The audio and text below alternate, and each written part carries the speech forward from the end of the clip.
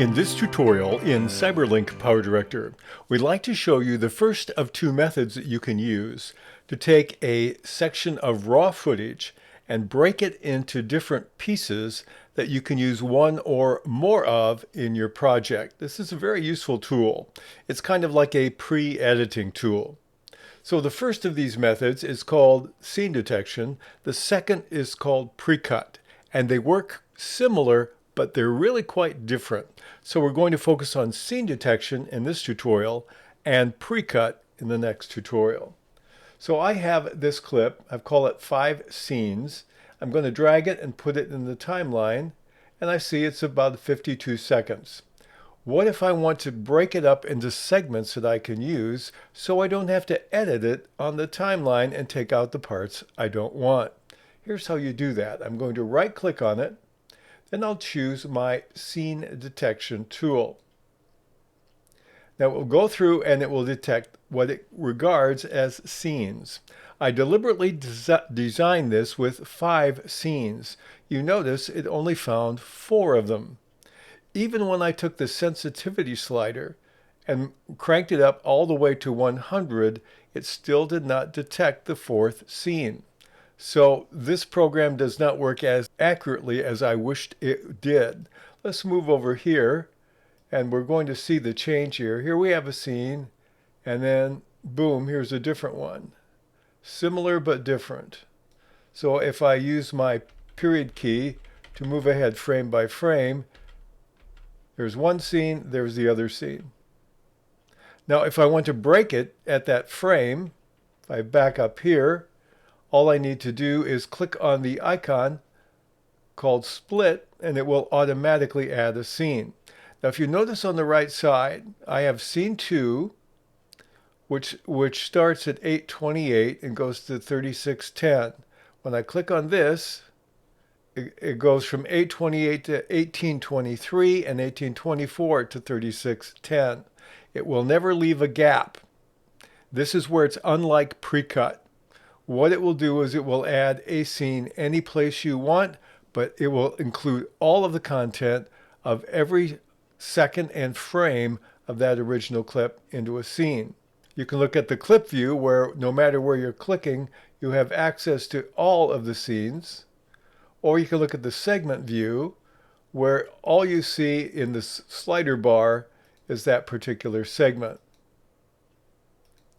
Now you can remove one, but again what will happen if I remove scene 2, which starts at 8:28, watch what happens. I'll right click, I'll remove the scene, and now everything in scene 2 was drawn into scene 1, and now I have my new scene 2 starts at 18:24.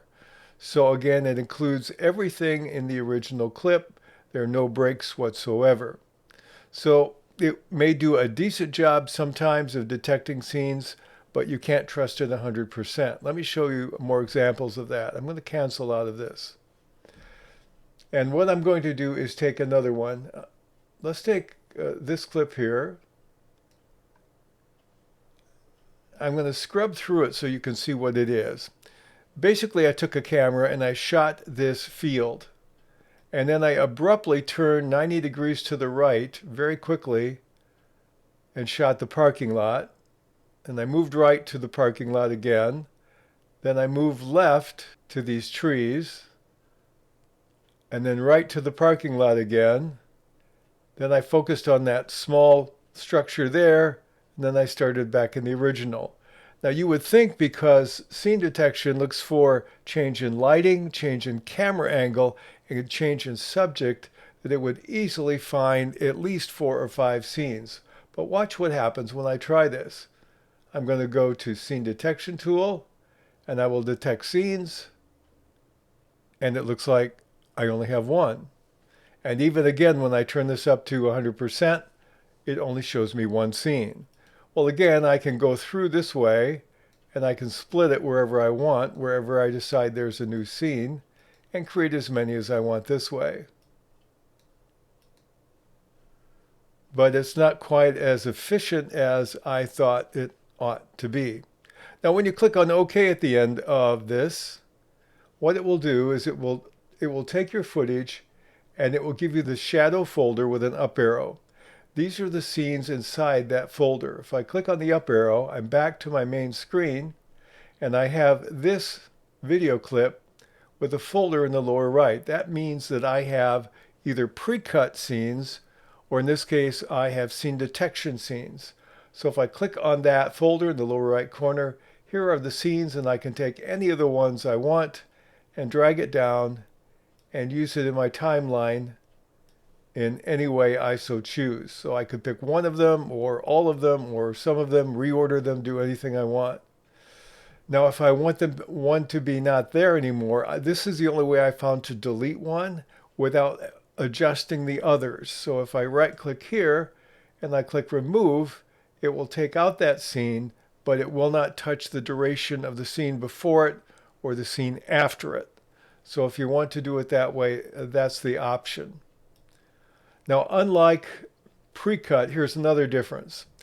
If I take this clip that I've detected the scenes in and I delete it, and then I pull it back in from my file system, when I'm using pre-cut, it will remember that it is pre-cut and it will bring in all the subfolders. When I am using scene detection, if I take it out and bring it back, when I bring it back, it will not remember I've done anything with it at all.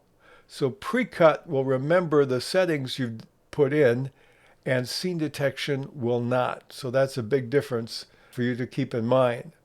But this is one of the two ways in which you can break up a clip into multiple segments and use one or more in your project. And the next video tutorial we'll be showing will show you how pre-cut works in a similar way, but also in a radically different way to accomplish a similar objective.